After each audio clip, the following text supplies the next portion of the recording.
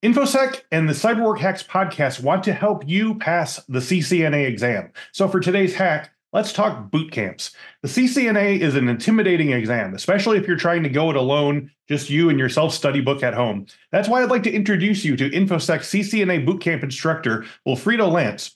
Wilfredo will explain what the Infosec 5-day CCNA bootcamp is like, the learning and memorizing strategies you'll employ while you're doing it, and all of the ways that bootcamp training can help you pass on the first try.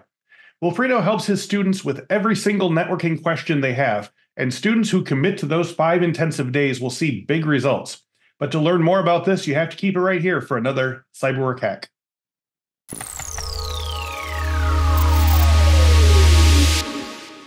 Hey, welcome to a new episode of Cyberwork Hacks. The purpose of this spin-off of our popular Cyberwork podcast is to take a single fundamental question and give you a quick, clear, and actionable solution, or a new insight into how to utilize Infosec products and training to achieve your work and career goals. To that end, today's guest, Wilfredo Lanz, is an Infosec instructor, and among his many areas of expertise, he is our bootcamp instructor for Cisco's foundational IT certification, the Cisco Certified Network Associate, otherwise known as the CCNA. So for today's Cyberwork hack, Wilfredo is going to take us on a guided tour of what it's like to actually take an Infosec CCNA certification bootcamp. If you've been wondering about this, this is the one to check out. So welcome, Wilfredo. Thank you, Chris. Glad to be on.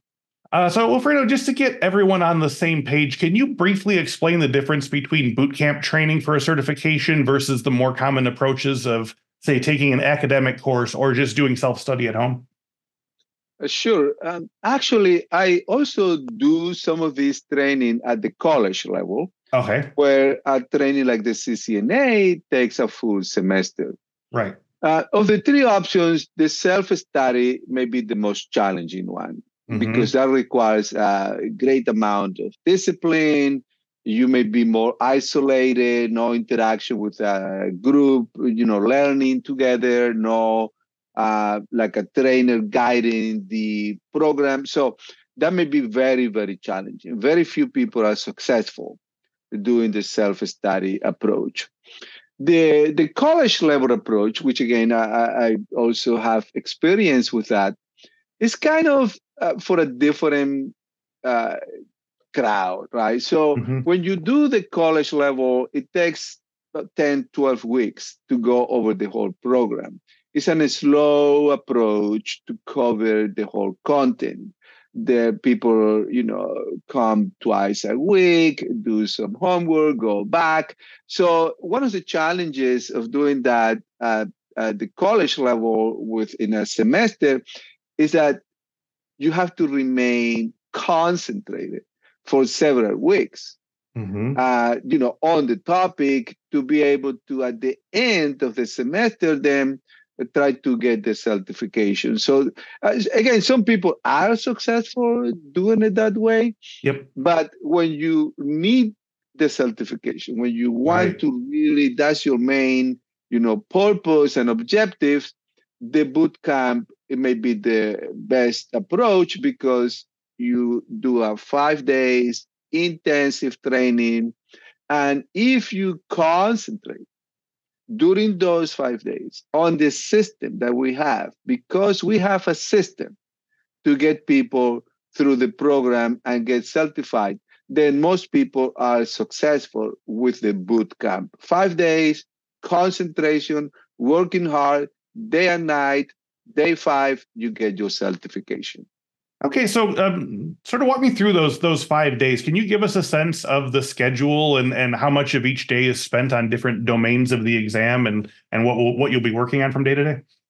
Yeah, absolutely. 5 days. So as we mentioned, there are 6 domains, right? And the first 3 domains, the network fundamentals and the network access and IP connectivity, those first 3 domains are almost 70% of the exam, 65%. Okay. So we spend the first 3 days on those domains.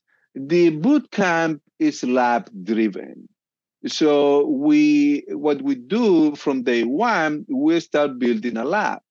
And then we do a lot of commands, a lot of labs. And then from day 1, we tell everybody that they have access to the practice questions. So at any time during the boot camp, and a student is allowed to come up and say, hey, I saw this question number 41. I do not understand it. I do not get it. Can we go over? And we just put it up there. And in most cases, we're able to lab it up. We do a lab. So to say, okay, why B is correct? And we do the lab and we demonstrate why A, C, and D are wrong. And that gives people confidence. You see, if you see it, you believe it. You okay, I get it. And that's the way we run the boot camp, right? With demos and demonstrations of the questions on the labs. And so the first 3 days are on basically those 3 domains. The last 2 days are for the other 3 domains. Domain number 4, which is IP services, and number 5, which is network security, and domain number 6, which is automation and programmability. All along the way, during the day, we run the labs, the practice questions, and the students do review of more practice questions during the evening. If there are questions there that are not clear, they will come back, ask those questions in class. It's very helpful for the whole group. By day 5, ready to go. Ready to go. So as you sort of alluded to, unlike some other IT and security exams, CCNA requires you to understand a tactile and 3-dimensional thing, and namely a computer network and all its routers and switches, and in the real world requires hands-on learning. So with these boot camps, do students need to bring any special equipment or tools to help them absorb the concepts here, or is everything sort of provided in-house? It is provided in-house. So we do not need physical equipment, as there are very good simulators out there, right? We use the Packet Tracer, we use GNS3. Those are excellent simulators that allows you to run all the commands, all the configurations that we need to pass exam. Okay, and now do you go right from day 5 of the boot camp into taking the exam, or do people take a few days off to give their brain time to cool off, or do you just sort of like generally run right into it right as soon as you're done with your last practice exam? My recommendation is to take the exam right after the boot camp. On day 5, you finish, you walk into the exam. I mean, that's what I highly recommend. Now, that applies to people that during that week remain concentrated on the boot camp. They did their homework, they did the practice questions, they run the labs, and so on. Now, things happen, right? If somebody is not able to do that during the week because they have other issues, other things to do, then they may need an extra few days to complete preparation. But again, best approach, take the exam right after the boot camp on day 5. Great. So one last question here. In considering taking a boot camp for certification exam study, Wilfredo, what advice or evidence can you give to listeners who are wondering if a boot camp is their best option for learning this material? Well, the advantage of the boot camp is the concentration time that you dedicate to that. If you really spend 5 days there, right, doing labs, practice questions, your mind get all into the topics, right? So you get really into that in a way that it's all fresh in your head. So you go to take the exam and you've been doing this for 5 days, 100%, day and night.